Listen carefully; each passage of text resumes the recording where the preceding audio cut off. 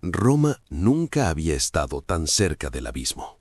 No fue un ejército extranjero lo que casi destruyó al Imperio Romano en el siglo II de nuestra era. No fue la traición de un general ni el filo de una espada enemiga. Fue algo mucho más silencioso, mucho más invisible y mucho más despiadado. La peste, el hambre, la guerra y el agotamiento de un mundo que había llegado demasiado lejos. Y en medio de ese caos, había un hombre que no quería ser emperador, un hombre que prefería la soledad de sus pensamientos al rugido del Coliseo. Un hombre que cada noche, antes de dormir, escribía en un pequeño diario personal sus luchas internas, sus miedos, sus fracasos y sus intentos de ser mejor. Ese hombre se llamaba Marco Aurelio, y lo que hizo para evitar que Roma se derrumbara cambiaría la historia del mundo occidental para siempre. Esta es la historia del día, o más bien de los días, en que un filósofo estoico sentado sobre el trono más poderoso de la tierra tuvo que elegir entre sus principios y el poder, entre la razón y la desesperación, entre rendirse o seguir adelante. Para entender lo que Marco Aurelio enfrentó, necesitamos entender primero qué era Roma en ese momento. El Imperio Romano en el año 161 de nuestra era era la estructura política más grande y compleja que el mundo había visto.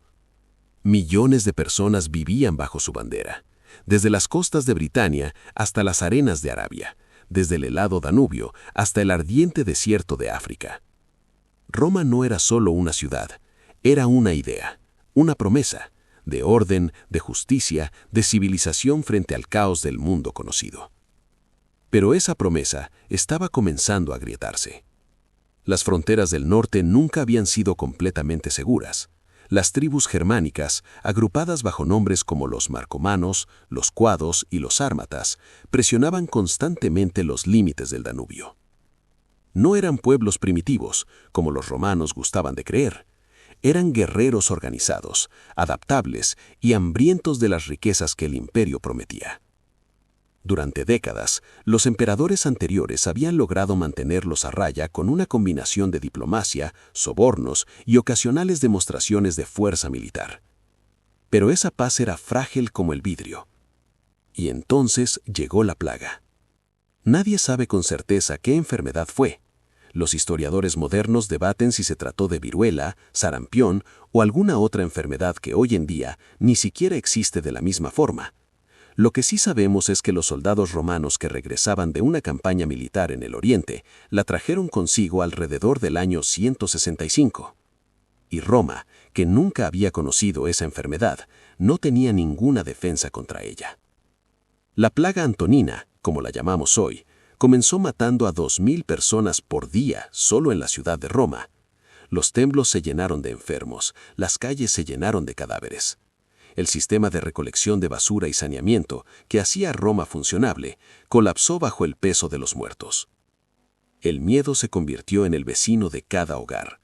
En algunas provincias se estima que murió entre 1/4 y 1/3 de la población total. Fue en ese momento, en ese escenario de horror y desesperación, cuando Marco Aurelio tomó el trono como único emperador.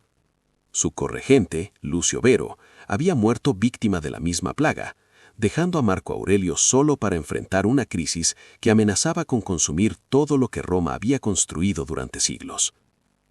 ¿Quién era este hombre que el destino había colocado en ese momento tan terrible? Marco Aurelio había nacido en el año 121 de nuestra era, en una familia aristocrática de origen hispano-romano. Desde pequeño, había mostrado una inteligencia y una sensibilidad inusuales. A los 12 años ya estudiaba filosofía con maestros del más alto nivel. Y fue el estoicismo, esa escuela filosófica griega que predicaba la virtud como el único bien verdadero y la aceptación racional de todo lo que no podemos controlar, la que lo capturó completamente. El estoicismo no era una filosofía de lujo para Marco Aurelio, no era algo que se practicaba en salones perfumados entre hombres ricos y ociosos. Era una disciplina dura, exigente, casi brutal en su honestidad. Los estoicos creían que el sufrimiento es inevitable, que la muerte es natural, que la gloria es efímera y que lo único que un ser humano puede verdaderamente controlar es su propio juicio, sus propias respuestas, sus propias acciones. Para un niño destinado a gobernar el mundo, fue una preparación extraña, pero resultó ser exactamente lo que necesitaba. Cuando Marco Aurelio recibió la noticia de que los marcomanos habían cruzado el Danubio, destruido las legiones romanas que defendían la frontera y avanzado hasta el norte de Italia, la reacción de la gente fue pánico absoluto. Hacía siglos que un ejército enemigo no pisaba suelo italiano. El símbolo era devastador. Si Roma no podía defender su propio territorio, ¿qué quedaba de Roma? Un hombre diferente habría quizás buscado una solución rápida y visible. Habría convocado una campaña de relaciones públicas, habría prometido victorias fáciles, habría culpado a otros de los desastres. Pero Marco Aurelio hizo algo diferente. Hizo algo que sus consejeros no esperaban, que el Senado no comprendía del todo y que la historia tardaría siglos en reconocer como un acto de genio estoico en acción. Primero, evaluó la realidad sin ilusiones. Este es uno de los principios más fundamentales del estoicismo: ver las cosas tal como son, no como queremos que sean. Marco Aurelio sabía que las legiones estaban diezmadas por la plaga, sabía que las arcas del imperio estaban vacías, sabía que no podía financiar una guerra de gran escala sin hundir la economía imperial, y sabía que no tenía suficientes soldados entrenados para enfrentar a los germánicos en campo abierto. La mayoría de los emperadores habrían optado por subir impuestos de forma masiva, habrían exprimido a las provincias hasta el límite. Marco Aurelio hizo algo que escandalizó a la clase aristocrática romana: vendió las posesiones personales del palacio imperial. Estatuas, joyas, muebles de lujo, vajillas de oro, incluso ropas de la familia imperial fueron subastadas públicamente en el foro de Trajano durante 2 meses. El mensaje era claro: el imperio está en crisis y el primero en sacrificarse será el emperador mismo. No fue un gesto vacío, fue filosofía estoica aplicada a la política fiscal. Los estoicos enseñaban que las posesiones materiales no tienen valor intrínseco, que el verdadero poder del gobernante no está en su riqueza, sino en su virtud y su capacidad de servir al bien común. Marco Aurelio no solo lo creía en abstracto, lo demostró públicamente, en la plaza pública, frente a los ojos de todo el imperio. Luego vino la reconstrucción del ejército. Sin suficientes ciudadanos romanos para llenar las legiones, Marco Aurelio tomó otra decisión revolucionaria. Reclutó bárbaros, gladiadores, esclavos liberados y criminales. Mezcló lo que la sociedad romana consideraba lo más bajo con lo más alto.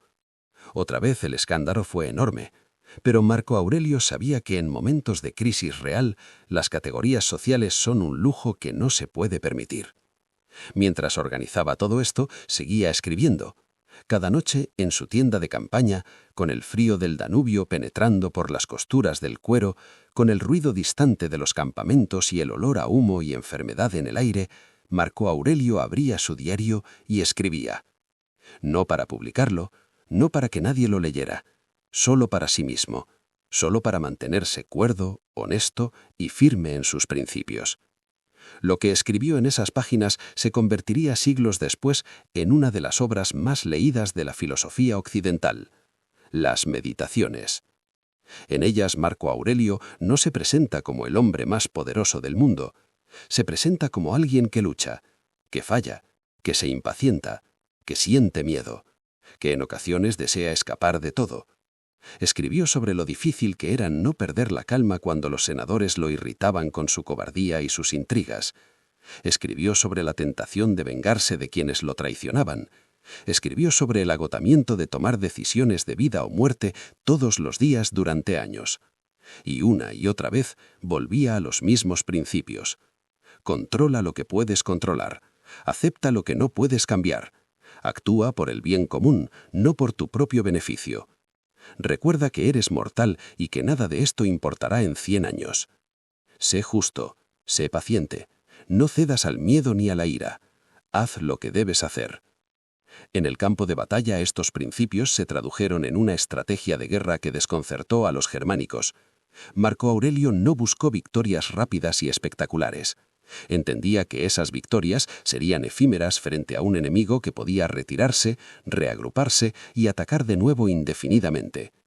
En cambio, aplicó una estrategia de presión sistemática, constante y sin descanso, empujando lentamente a los marcomanos y sus aliados de regreso al otro lado del Danubio, destruyendo sus bases de suministro, cortando sus líneas de comunicación, privándolos de los recursos necesarios para continuar la guerra. Fueron 13 años de campaña, 13 años de vivir en el frente, lejos de Roma, lejos de su familia, lejos de los libros y los jardines que amaba. Y durante todo ese tiempo, Marco Aurelio mantuvo algo que pocos emperadores en la historia romana habían logrado mantener: la lealtad de sus soldados, el respeto de sus generales y la estabilidad política en Roma. ¿Por qué? Porque los soldados veían a un hombre que no pedía sacrificios que él mismo no estuviera dispuesto a hacer, porque sus generales sabían que sus decisiones estaban basadas en el análisis racional y no en el capricho o el orgullo, porque Roma entera podía ver que su emperador era el mismo hombre en público y en privado, que no había distancia entre lo que predicaba y lo que hacía. Esta congruencia es quizás la lección más importante del estoicismo de Marco Aurelio. La integridad no como virtud decorativa, sino como herramienta política fundamental. Pero la historia de Marco Aurelio no termina con victorias militares. Tiene también sombras profundas que nos recuerdan que incluso el hombre más virtuoso tiene sus límites y sus fracasos. Su hijo Cómodo era todo lo que Marco Aurelio no era: vanidoso, cruel, impulsivo, más interesado en lucir como gladiador en la arena que en gobernar. Marco Aurelio lo sabía, sus consejeros y amigos lo sabían, el Senado lo sabía, y sin embargo Marco Aurelio lo designó como su sucesor, rompiendo con la tradición de los emperadores adoptivos que había producido lo que el historiador Gibbon llamaría el período más feliz de la historia humana. ¿Por qué? Nadie lo sabe con certeza. Quizás fue amor de padre que nubló el juicio estoico. Quizás fue el agotamiento de años de guerra. Quizás creyó genuinamente que Cómodo podría mejorar. O quizás, como buen estoico, simplemente aceptó que había cosas que ni siquiera él podía controlar y decidió actuar de acuerdo con lo que consideraba su deber como padre y como miembro de su familia. Sea cual sea la razón, fue un error con consecuencias enormes. Cómodo gobernaría Roma durante 12 años de mediocridad y caos, y su asesinato en el año 192 desencadenaría una nueva crisis de inestabilidad política que hundiría al imperio en una de sus épocas más oscuras. Y sin embargo, incluso esto tiene una dimensión estoica que vale la pena considerar. El estoicismo no promete resultados perfectos, no promete que si eres virtuoso las cosas saldrán bien, promete algo más modesto y más real: que si actúas con virtud, con razón y con integridad, habrás hecho lo que estaba en tu poder hacer. El resto pertenece al universo, al destino, a lo que los estoicos llamaban el logos, la razón universal que gobierna todas las cosas. Marco Aurelio murió en el año 180, probablemente de la misma plaga que había devastado su reino durante décadas. Murió en campaña, como había vivido, lejos del lujo, cerca de sus soldados, con la mente clara hasta el final. Según los relatos históricos, sus últimas palabras fueron dirigidas al oficial de guardia que le preguntó qué debía hacer. Marco Aurelio lo miró y dijo: «Ve al sol que se pone, porque yo ya me estoy poniendo». Después de su muerte, los soldados lloraron, no como se llora la muerte de un rey poderoso, sino como se llora la muerte de un padre o de un amigo, porque eso era lo que Marco Aurelio había logrado ser para su ejército, alguien que entendía el sufrimiento humano porque también lo sufría, y que sin embargo encontraba la fuerza para seguir adelante. ¿Evitó Marco Aurelio el colapso de Roma? Sí, en el corto plazo lo hizo. Las fronteras se mantuvieron, Las legiones sobrevivieron. La plaga eventualmente cedió. El imperio continuó.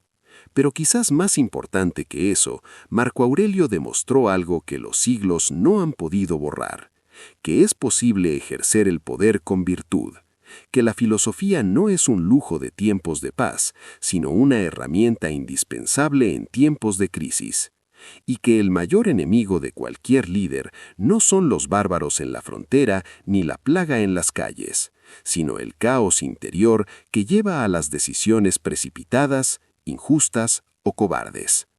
Las meditaciones de Marco Aurelio siguen siendo leídas hoy por presidentes, generales, empresarios y personas ordinarias que buscan en ellas lo mismo que buscaba su autor, una forma de mantenerse firme cuando el mundo se derrumba. Y quizás esa sea la mayor victoria estoica de todas, que el diario personal de un hombre agotado, escrito en una tienda de campaña en las orillas del Danubio hace 2000 años, todavía tenga el poder de cambiar cómo vivimos nuestras vidas hoy. Roma cayó, pero las palabras de Marco Aurelio no.